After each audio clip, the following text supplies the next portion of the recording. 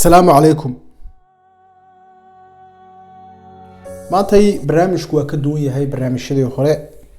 dabcan aniga waxaan diyaariyey barnaamijkii aragtida dadweynaha, laakiinse dib buu u dhacay amar degdega oo saraakiisha kasoo baxay baana go-aankaas bedelay.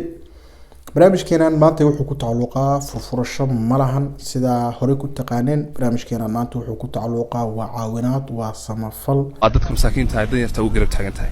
taasaynu ku walaalownay bilaal waxaa lagaa rabaa meeshaan waxyaalo badan baa ka taagan in aynu mar kasta ka wada shaqeyno wixii samafal ah. walaalkay Sharmaaka aad u mahadsan tahay, waana kaaga mahad celinayaa.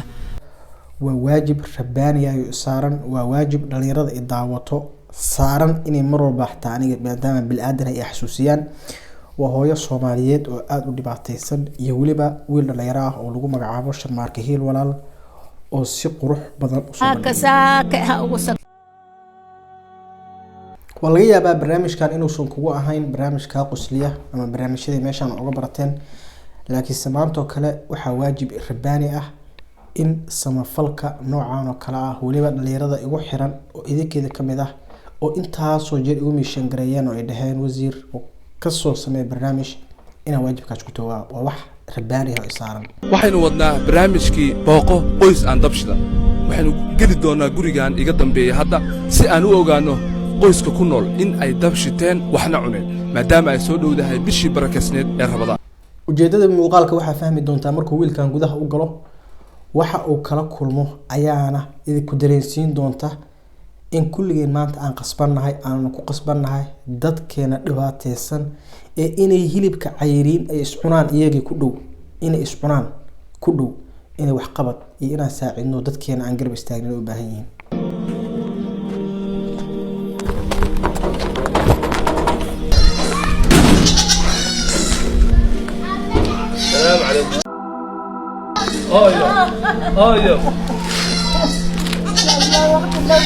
qaabkii ugu soo boodayso kaanama waxaa moodaa in qof xil u haya madaxweyne, qof mas-uul ah inuu u yimid, laakiin wiil dhalinyaro ah oo intaasoo dhanba uga qaalisanba u yimid. guriga haddeer ay degan tahay iyo hoygeedana isagaa ka qayb qaatay oo dhisay. bal maamadan waxay ku hadasho hal mar ila qiimeeya oo ila damqada. wiilkaada waqtigan kaaba maqanaadeen. wallahi safar baa ku maqnaa kowdhe. waxaan rabaa inaan ku weydiiyo saaka damashadate saaka bakeeri shah ee muslimka dariskaas noo keeno mogi dab xaaraan bay naga tahay jikadayna waa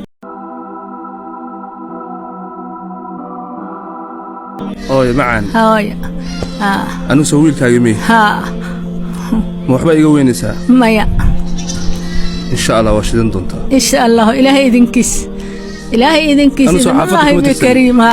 ما aaminaysaa dad dhiigeena Soomaaliyeed ah 2022 iyadoo lagu guda jiro in jikadooda ay noqoto kaanama mid kamid ah qololka stoorka. weelasha si xal u yaaleen oo shil u yaaleen bay maanta u yaalaan. maxaa yeelay jikada intii la galo weel lagama soo qaadi wax lagu ma karnay lama dhaqo isbedel kuma imaanayo. سوولي كوما إيمانين ما أنت سجوري ما هي سياحة. الحمد لله ما لنا سياحة وهاستا. طبشت كنا وهريسا. طبشت كنا. وهريسا. رمضان نواسود دوي هاي. قربتي هاي سيلاهي باوك. رمضان نواسود دوي هاي. قف بحك رومانت أو مسميل كلا أي وحكي سو جلاين نميه.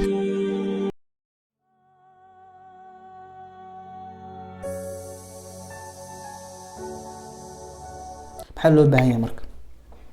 waxaa loo baahan yahay adiga waxaa is leedahay dadkan inaad saacido ama aad tabarucdo agtaada waxaa laga yaabaa inay wax culus ka tahay, laakiinse maaha. $10 hadaa haysto $5 kamid ah ku deeqdid dadkan wax weyn baad u qabatay. hadaa $5 haysatid oo $2 kamid ah ugu deeqdid dadkan wax weyn baad u qabatay. maxaa yeelay marka adigu $1 dirto kana $1 diro kaasna $1 diro almost lacagtaas waxay noqonaysaa lacag aruurtay oo dadkaas wax u qabatay.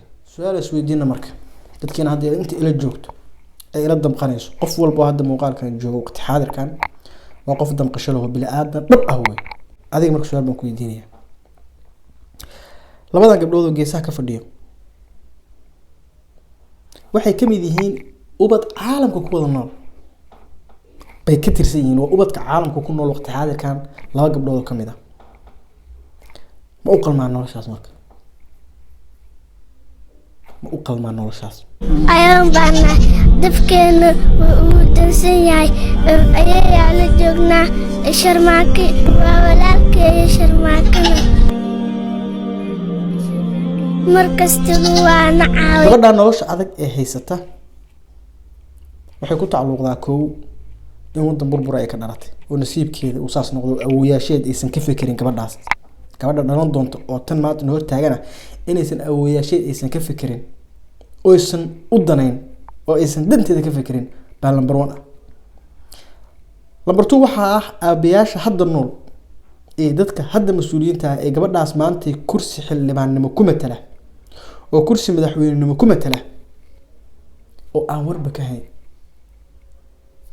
ma mudan tahay gabadhaas yarta ah inay dhahdo maanta jikadina waa dinsanta maxay galabsatay qof walba naga mid ah markii uu dhashay noloshiisa waa la ka fargareeyay waalidkaaga nolosha waxay ka fargareyn karaan wadankaaga markuu wax tar leeyahay waxay la joogtaa ayeedeed waxay tiri maanta dab maanu shidan waa dareemi kartaan xaaladda qofka ku sugan waxaa dareemi kara qof gaajo soo arkay kadis baan ugu tagnay kamaysa warhayn inaan u tagayno waxba kamaysa war inta muuqaalka aan sharmaarka uga bixin oo aysan sharmaarka barnaamijka uu idiin soo xirin waxaan idin ka codsanayaa aniga sharmaarka waa qof aan contact leenahay si fiican isku naqaano waajibaadkayga aniga laba way idinka waajibaadkayga waa hal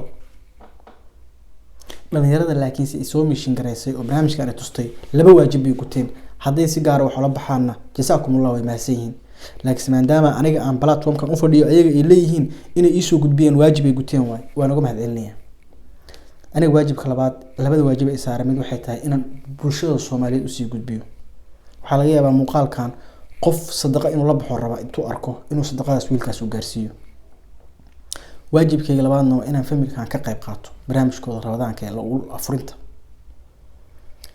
barnaamijka afurinta iyo barnaamijka ciidda ee Ramadaanka labada barnaamijba waa aniga waa ii qondeysan yihiin waan ii diyaarsan yihiin sidii aan abaarihi uga qayb qaatay baan labada soo qayb qaadan doonaa wax la baxana sadaqa ugu wanaagsan sidoo kale waxaan rabaa inaan qanciyo dadkii dhahayay muuqaalkan markuu soo dhigo comment ku soo qoray lambarka ku soo qor TikTok platform-ka la dhaho lambar laguma qori karo ma ogola marka sidaas darteed Instagram kala xiriira ama TikTok kala xiriira ama Snapchat kala xiriira kulli qof kasta oo raba inuu sadaqa baxsado reerkaas Ramadaanka iyo reerayaal kale oo badan insha Allah waa ka soo sameyn doona in Ramadaanka la afuriyo waa wax waajib ah in saaran 100% qof kasto hataa $2 haystid $1 oo kamid hadaad ku sadaqaysato wax weyn bay meel ku tahay barnaamijkii maanta markii intaasaan kusoo gabagabeynayaa aan gaarsiinayay fariinta ummadda Soomaaliyeed in reerkaas xaaladoodu aad u adag tahay